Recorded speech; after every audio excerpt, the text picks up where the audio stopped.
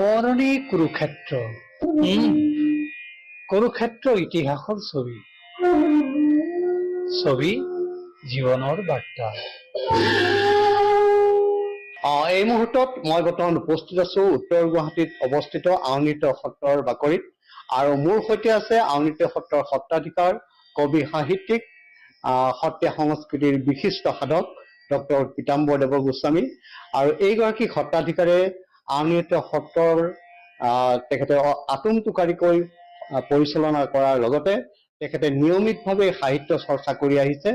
আৰু এই মুহূৰ্তত তেখেত যিহেতু মোৰ সৈতে আছে, মই তেখেতৰ পৰা কবিতা শুনিবলৈ যত্ন কৰিম। আৰু ক'বলৈ গ'লে তেখেতে নিয়মিতভাৱে কবিতা চৰ্চা কৰে। আৰু এই মুহূৰ্তত দেখিবলৈ পোৱা গৈছে যে প্ৰভুৰ লগত আছে, দেখিছো যে বাঁহী আছে আৰু লগতে খোল দেখিবলৈ পাইছো। আৰু খোল আৰু বাঁহীৰ যি যুগলবন্দী, এই যুগলবন্দীৰ মাজত এইগৰাকী সত্ৰাধিকাৰে নিতৌ কবিতা চৰ্চা কৰে। মই প্ৰভুৰ ওচৰলৈ আহিবলৈ যত্ন কৰিছো। প্ৰভু, আপোনাক স্বাগতম জনাইছো। আপুনি যিহেতু নিয়মিতভাৱে কবিতা চৰ্চা কৰে, কবিতাৰ প্ৰেমত আপুনি কেতিয়া পৰিছিলে?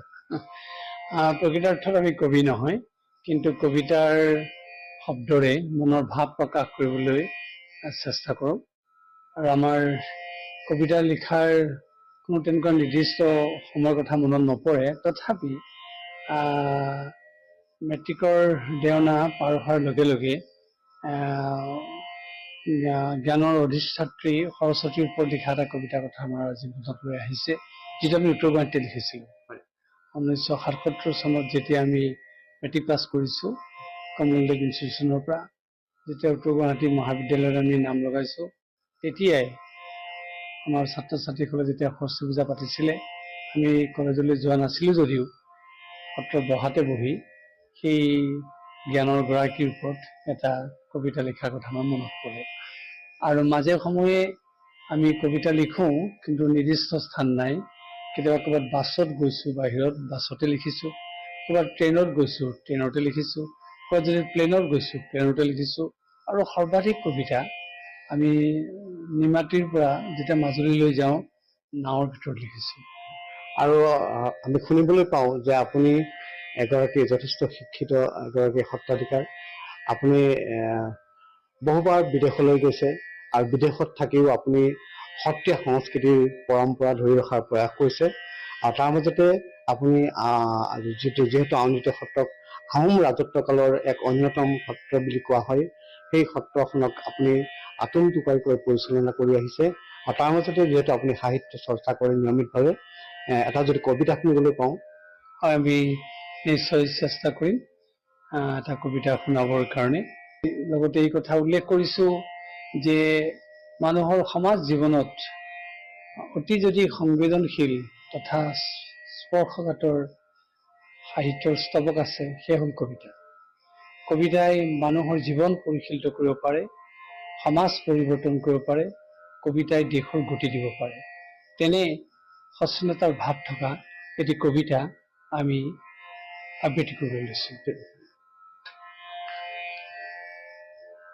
সোঁৱৰণী কুৰুক্ষেত্ৰ।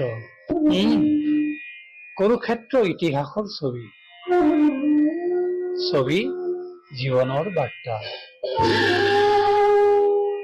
বিন্দু মাত্ৰ মেদিনী নিদিয়াৰ পৰিণতি দুখৰ জননী।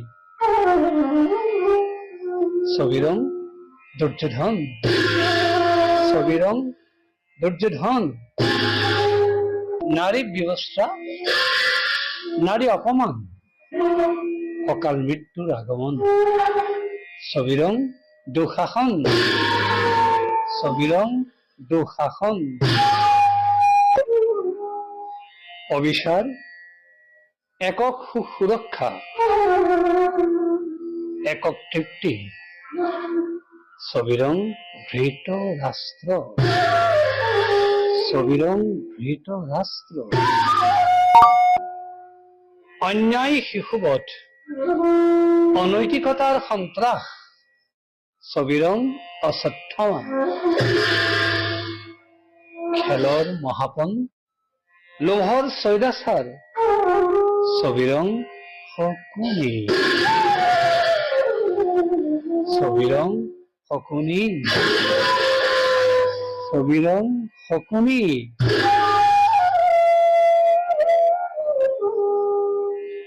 নাৰীৰ ক্ষমা কৰুণা দয়া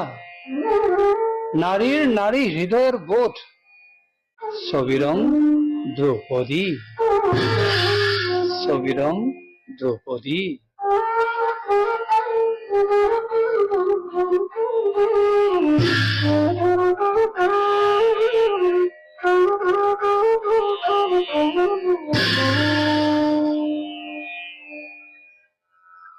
মোহগ্ৰস্ততাৰ অৱসান সৰ্বশক্তিত প্ৰভুত্ব আৰোপ সামৰ্থ্যৰ নিষ্প্ৰভ জ্ঞান কৰ্ম জ্ঞান ভক্তি চেতনা দাস্যৰ স্থাপনা বিনয়ৰ পৰাকাষ্ঠা ছবিৰং অৰ্জুন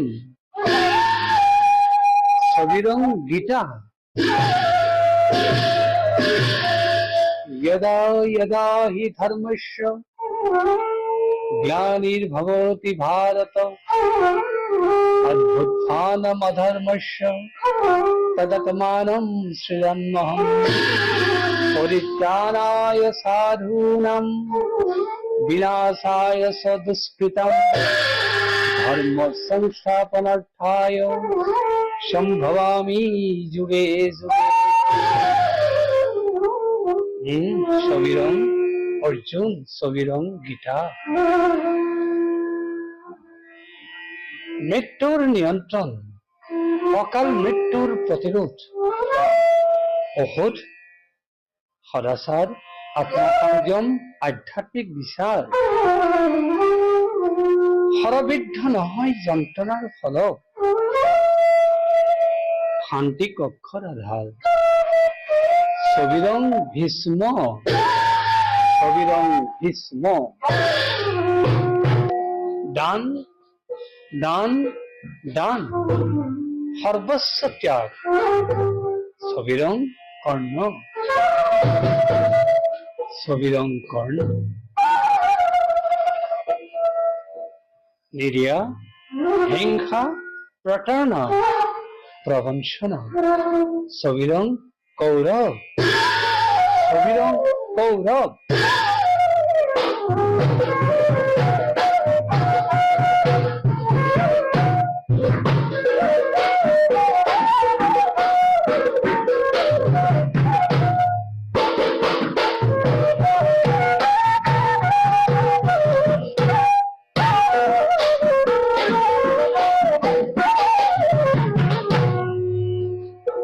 আত্মবিশ্বাস আত্মনিয়ন্ত্রণ আত্মচেতনা ছবিরং পাণ্ডব সমীরং পাণ্ডব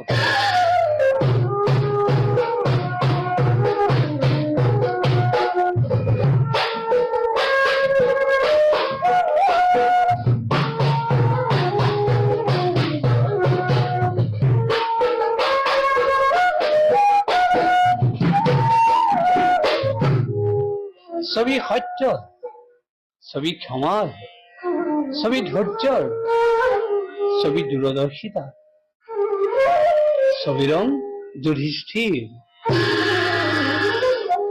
ধিয়তেতি ধর্ম ধারণাৎ ধর্মমিত্যাহ ধর্ম ধারয়তে প্রজা যস্য ধারণা সংযুক্ত স ধর্মম ইতি নিশ্চয় ছবিরং যুধিষ্ঠির বিপদ বন্ধু কর্মযোগী ন্যায় প্রতিষ্ঠা ধর্ম রক্ষা ছবি কুরুক্ষেত্রের মহাদ্রষ্টা কৃষ্ণর ছবি মহাদ্রষ্টা কৃষ্ণর ছবি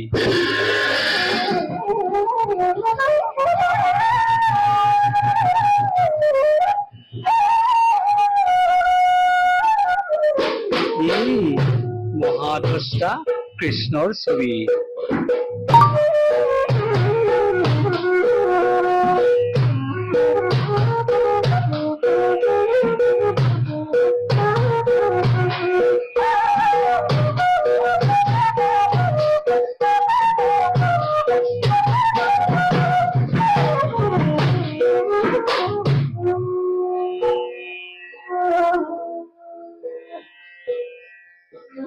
এই সমস্ত ছবি জীৱনৰ ছবি।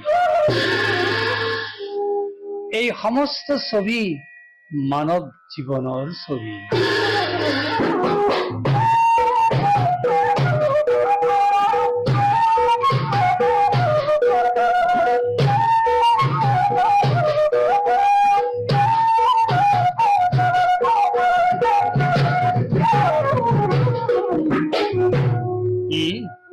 এই সমস্ত ছবি মানৱ জীৱনৰ ছবি।